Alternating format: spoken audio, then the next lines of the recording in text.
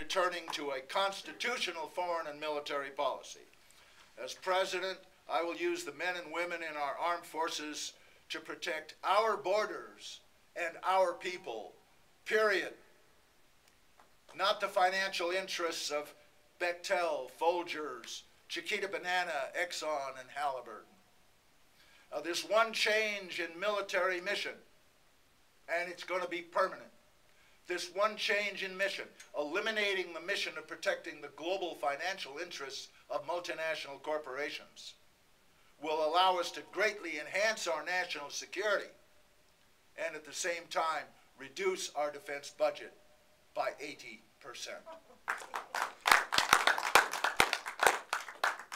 I've ordered the new Secretary of Defense, Admiral William Fallon, to begin an immediate recall of our forces all around the world.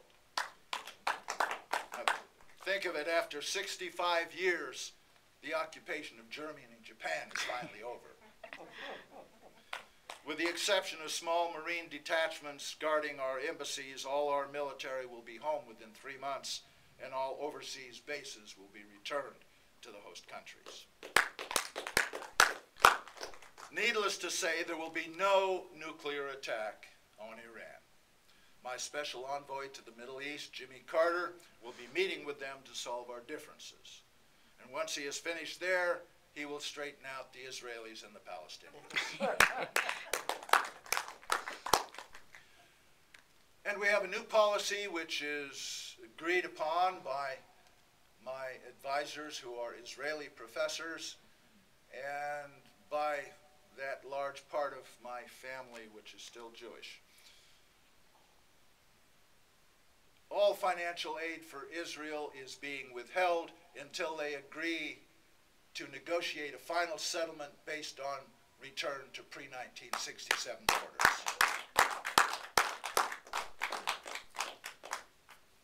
And then we will guarantee their security.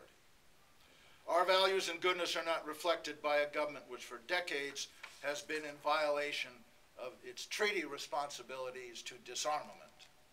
I have ordered a halt to the design, testing, and production of nuclear weapons.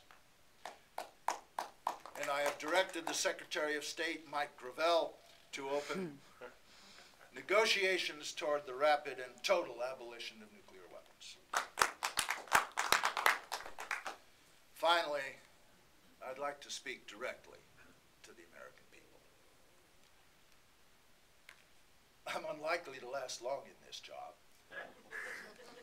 partly because I have terminal cancer from Agent Orange, and partly because there are powerful interests like insurance companies, oil companies, and bankers with hundreds of billions of reasons for wanting me assassinated. By the way, if you hear that I have suddenly committed suicide by shooting myself in the back with a long shotgun 3 times, you might want to be just a little suspicious. They'll call you a conspiracy theorist, but be suspicious anyway. But you know, it won't matter.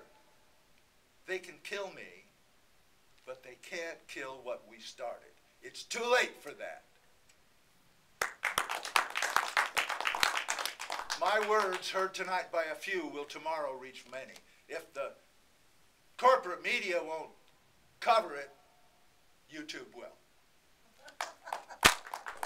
My faith is that you, the American people, will not let the vision die with me. I'm unlikely to get there with you, but like Brother Martin, I've been to the mountaintop, and I have seen the promised land. What I have seen is an America in which every person, regardless of their race, creed, color, or sexual orientation, is valued and lives in dignity.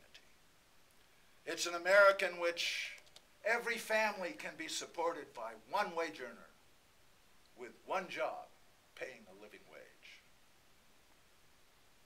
It's an America in which policemen, nurses, poets, firefighters, teachers, and garbage collectors can afford a good house in a nice neighborhood and live in comfort, not just scientists, brain surgeons, CEOs, rock stars, lawyers, and basketball players. It's an America in which faith is respected, culture is preserved, the arts are supported, and the Constitution is actually followed.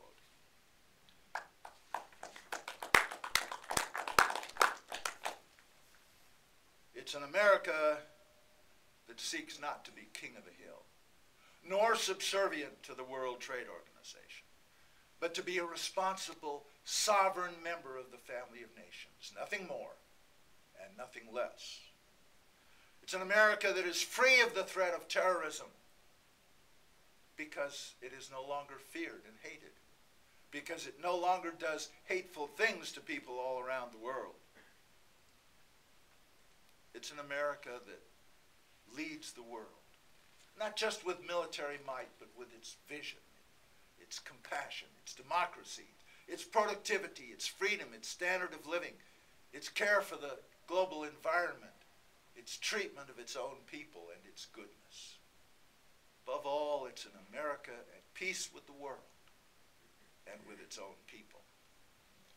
That's the kind of America I have seen, the America our people deserve, and the America you can build. Because I can't do it alone. You know, it matters not if my presidency is real or fanciful. My part is done. It is finished. The rest is in your hands. The future, and the vision, and the dream itself depend on you. Each of you must do your part. Spread the word.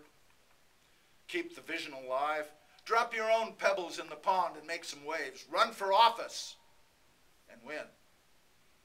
Never settle for anything less than a government that follows the Constitution, honors the truth, and serves the people. And then, free at last of the unwarranted influence of the military-industrial complex that Eisenhower warned us of. Free at last of the gross disparities in living standards which have plagued recent decades. Free at last of the ravages of unbridled militarism. Free at last of the creeping fascism of corporate-controlled government. Free at last, we can go forward into a bright new day of truth, democracy, prosperity, security, freedom, and peace. We the people can win.